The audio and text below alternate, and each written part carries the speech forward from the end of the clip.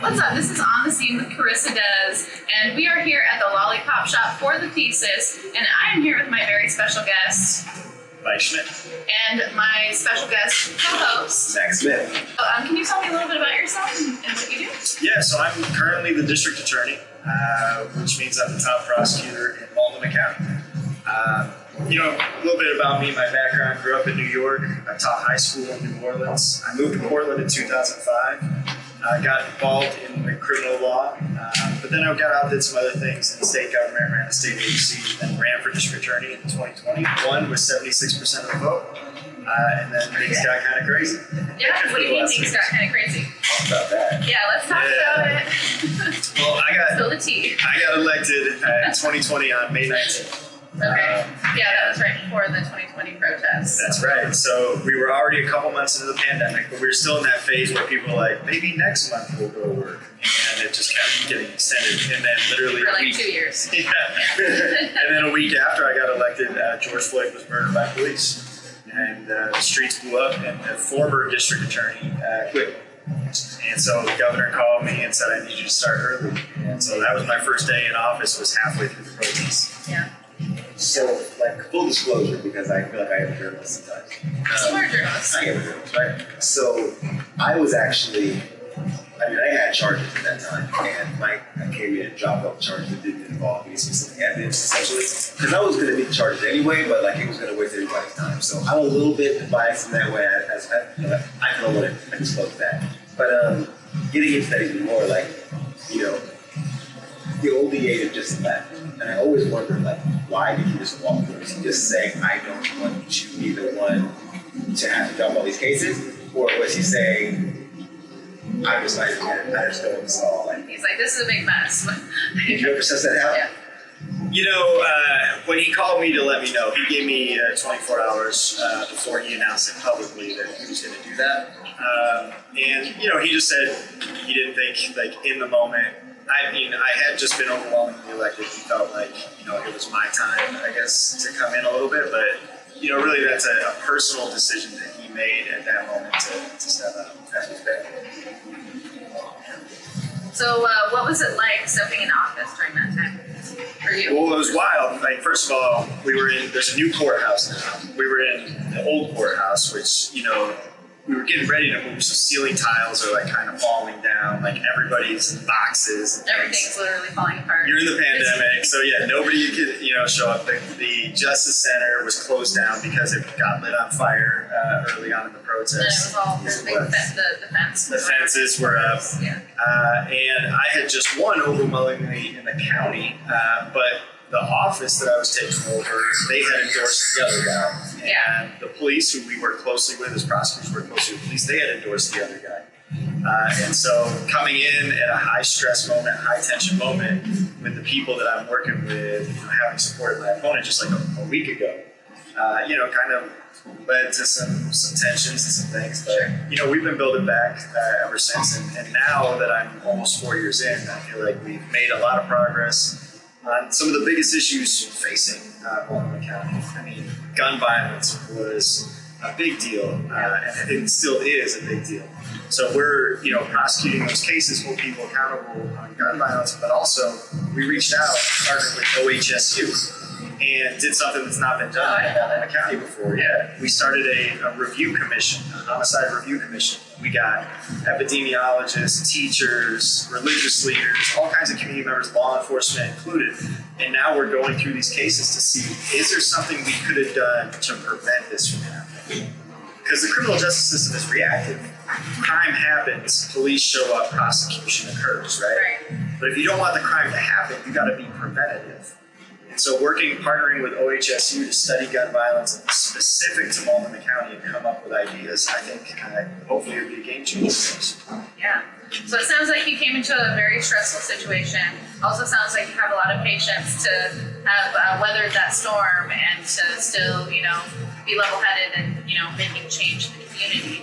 So what did you learn about gun violence, keeping up with OHSU? You said there's a lot of studies happening. What did you learn? And I think how would you implement that into your work? Yeah, I think a lot of the takeaways are there's different types of gun violence that can happen in the community, and so there's different solutions for different things. So violence interrupters, community people who come from the community, know people, and can be those trusted messengers to get out and meet with people and try to talk them through their life experiences and how going down the path of violence can work well for them and their lessons learned. So employing people to do that kind of violence interruption work, working with other amazing groups like Roy Moore and his Healing Her People, where they're showing up to hospitals to try to I think one of the things that the criminal justice system sometimes gets wrong is we jump straight to, okay, we need evidence, we need an arrest, we need a prosecution.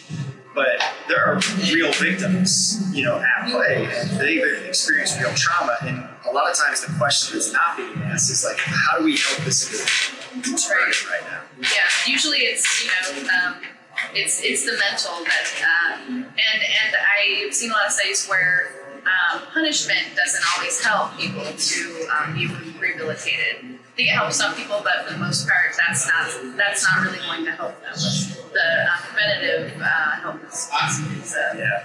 If we can stop it from happening in the first place, then we win. Right. On the punishment side of things, we got, y'all know Measure 11.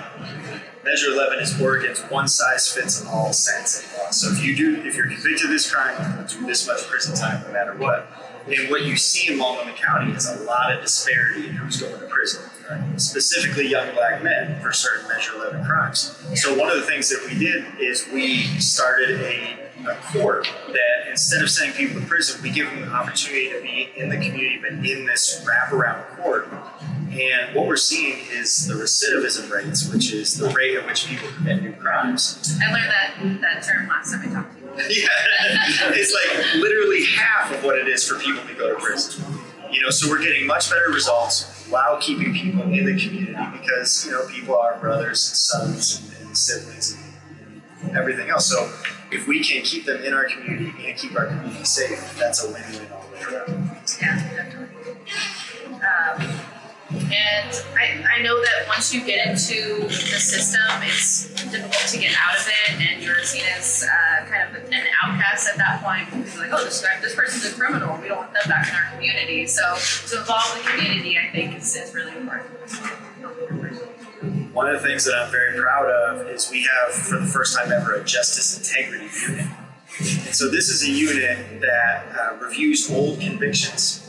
And if somebody was innocent, then we're going to help to try to correct that. Or even if they're not innocent per se, but they've done their time, they've served their sentence, they're doing everything right now in our community, but they still have that felony on their record that's preventing them from getting a job, or preventing them from housing, or making them get charged extra rent because they're viewed as high risk because of that scarlet letter that they have. Yeah. So this Justice Integrity Unit looks at those cases and they help people get their records cleared. Right. And not only that, Even with felonies. Okay.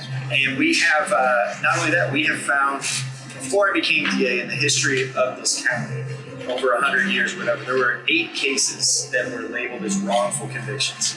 In the first year of having a Justice Integrity Unit, we've added 12 more wrongful convictions that we found out.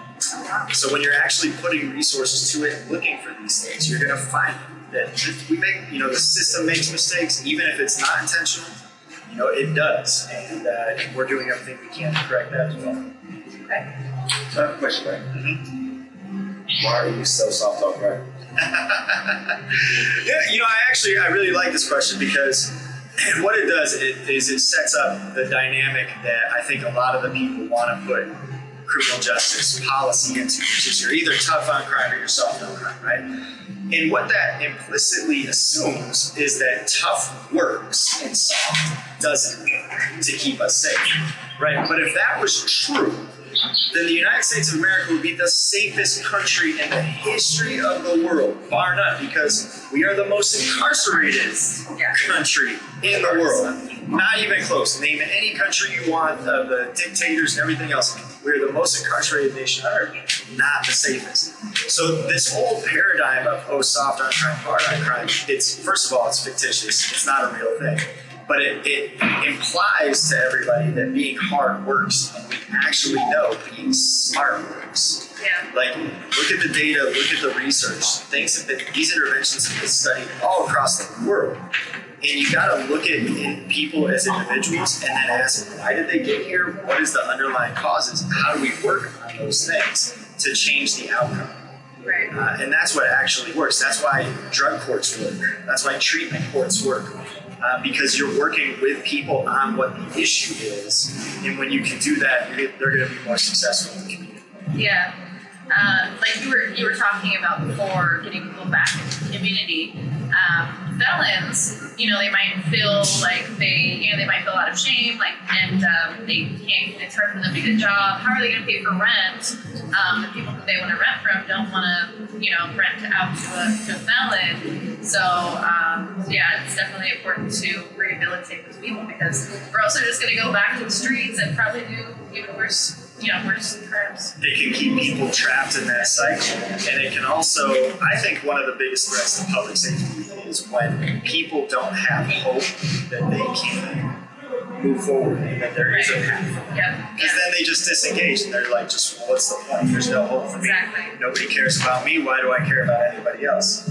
So I think what we're trying to do with allowing people to show that they can be safe in our community, work on themselves. But when they do that, we got to be there to meet them and say, we're going to give you hope and we're going to help clean that record so that you can get the job, so you can provide for your kids, you can rent that apartment, so you can attend your kids' high school basketball game. Those are the things that matter to me.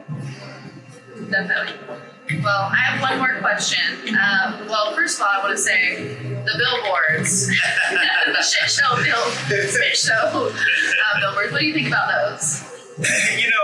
First of all, I'll say to you, I remember the first day that I saw it. I was walking downtown, and I was just going for lunch, right? And I was just going to get lunch with a friend, and I turned this corner downtown, and I walked straight into seeing my 4-story giant head. Huge face. Yeah. And that's a weird feeling, I will tell you, when you're not expecting to see your head 4 stories big. That person looks familiar. Yeah, you're just like, it gives you a weird feeling in your stomach.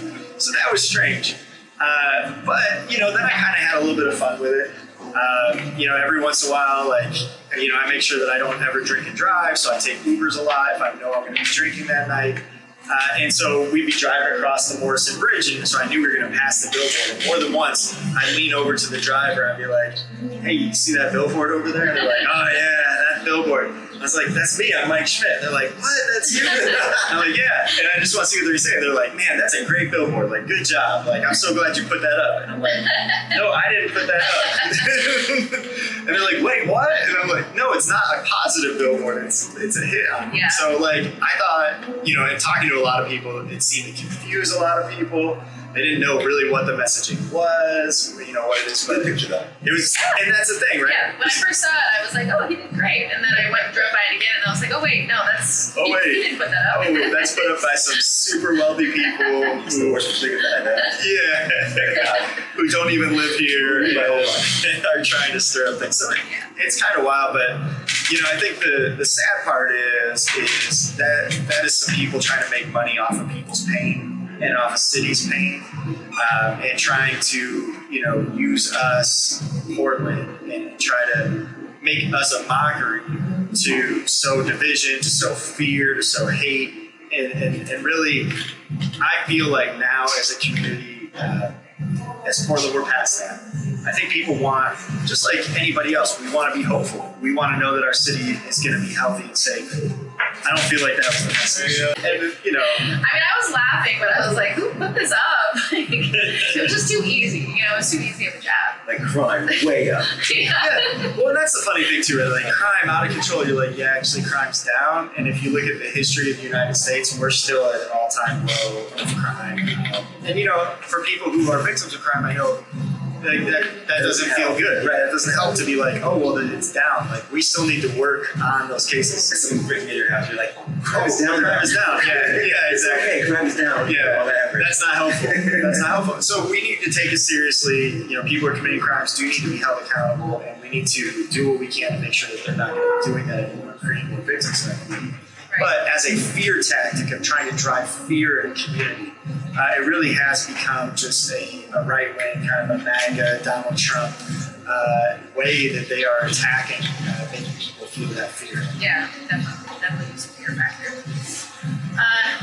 On a well, I guess not really different note, but I wanted to ask what you think about, I remember, was it in 2020 or 2021 where they took away the department for guns and violent crime, the guns and violent crime unit for the police force. What do you think about that? Do you think that was like a tactic, or were you somebody who helped implement that, or?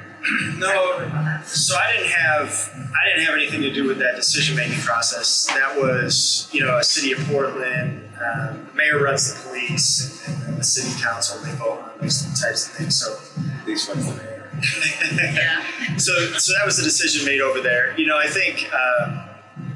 So the question, was that a good thing, not a good thing? I think I'm a big data person, and so you got to always look at what was effective, what was working. I think that there were pieces of that probably were effective and working. I think there were relationships in the community that disbanding that could have, exacerbated some of the issues and made some things go away. On the other hand, if you look at the stops data that was being shown, like you see a lot of disparity in the stops that were happening. So I think, I think it probably could have been done better and more thoughtfully than it ended up being. Yeah, to me, as somebody just in the community that wasn't like part of local government or any decision making really, I kind of saw it as a tactic to like when there was a lot of like, because it was like right after or like during the pandemic and like right in the middle of like when protests were still happening and everything, and it seemed like everybody was inside for a long time. They were coming out, so it seemed like there were a lot more violence, like mental health issues and everything like that. So they took that away almost. It seemed like, so they could say, see, without us, you need us, because now there's like, gun violence playing out there. So that's why I saw it, but I don't know if that's how everybody else thinks. I also wonder on that, I feel like they disbanded, like, oftentimes, I think it was the GBRG as well as the traffic division, because of civil rights violations or perceived civil rights violations, right? So, like, I know, like, the traffic chief was stopping, like, 50 trailer stops for black people. I think a black man, actually. He might have been bad. It was what is it, like 1.7% black people in Portland? In Portland, it's 5.5. Oh, okay. When the state is like 1.9 or something like that. Yeah. So we're not that out here, but we're in here a little bit. So just recently, those teams have been brought back under different names or whatever, right? But they're still the same teams back. We aren't seeing anything that shows, because they're saying, of course, obviously we haven't enforced the traffic laws for 4 years now, so we need to start doing something because things are out of control. Clearly they're out of control because no one's doing anything. But there don't seem to be anything to change their policies around what they did before that's going to make the outcome differently this time around. And I'm wondering if your office looks at it all instead of getting, cases of people getting pulled over. A lot of, obviously it's going to be a lot of black and brown people. Is your office looking at that at all, seeing how that disparity, how have you guys given any thought to what could change to change, how it works? Yeah, so a few things have happened.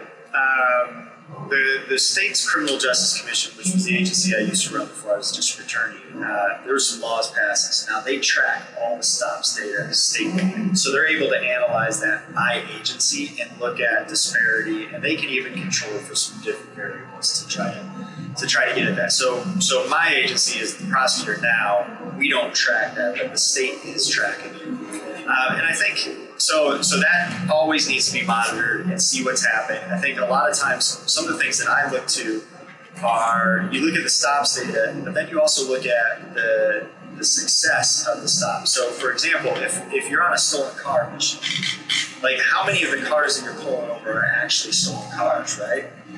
And that's an area where I've seen a lot of improvement.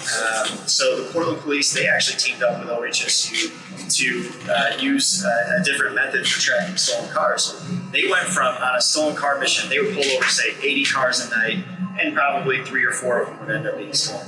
Now they're pulling over only in the same amount of time, 30 cars a night, and they're going to get 10 to 15 of them instantly. Okay. So to me, that's actually really good work, and that's less people who are that's less people who are getting stopped and having that interaction with police when they weren't actually in a stolen car. So So how are they doing that? How are they?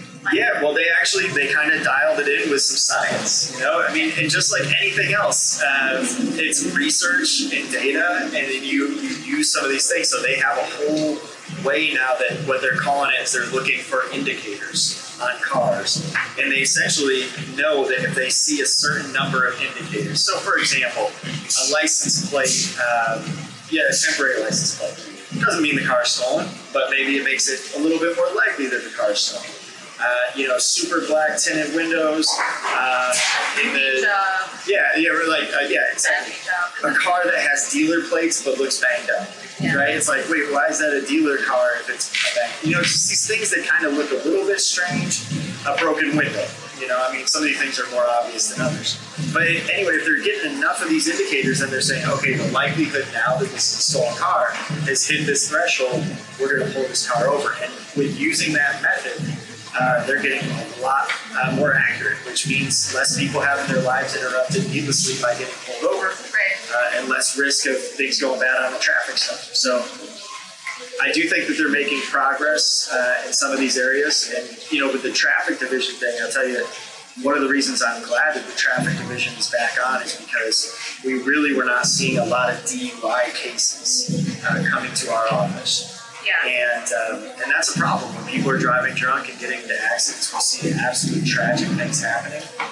People should not be drinking and driving or using any kind of intoxicants in driving. And so having them out there to start actually working those cases is a positive for the safety of the driving on the streets. Okay.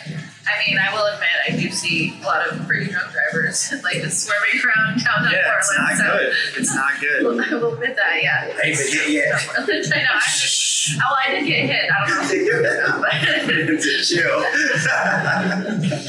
right. One last question. I'll let you get back to the show. Mac probably had some things to do with the artists here. We're at the Thesis, the Lollipop shop. One last question. What are some goals that you have moving forward in your career? Yeah, thank you. Well, right now, my first goal is getting reelected. So on May 21st, voters have a choice to make here. May 21st. May 21st. Make sure you get your ballot in and mark it because there's really a lot at stake in my race. I think the folks who are lining up against me, the people who put up those billboards, some super wealthy millionaires and billionaires, a lot of right-wing MAGA type folks are funding my opponent. He's got a ton of money. Nathan. Yeah.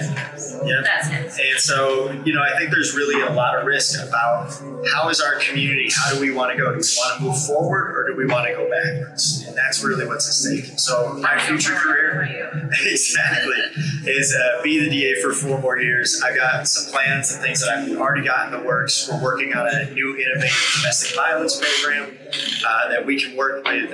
It's called Survivor-Centered Diversion. Helping women who are in domestically violent relationships is crucial for families, for kids, for safety. And then we're also working with a lot of service providers because one of the biggest things that keep people homeless is having that record where they can't get housing. And so we're working with service providers to say, if people engage with you and they're doing the hard work to better themselves, we want to be right there to back them up, to help them get their records clear so they can take the next step in the job and housing. So those are my future goals for the next 4 years. Sounds good to me. Anything else, Matt? That's pretty dope. Well, it was so nice talking with you again. Last time we talked about restorative justice, and glad to further that conversation. This has been On the Scene with Carissa Dez and my special guest host Mac Smiff and my special guest Mike Schmidt. And we're here at the Thesis Lollipop shop. Thank you so much for tuning in.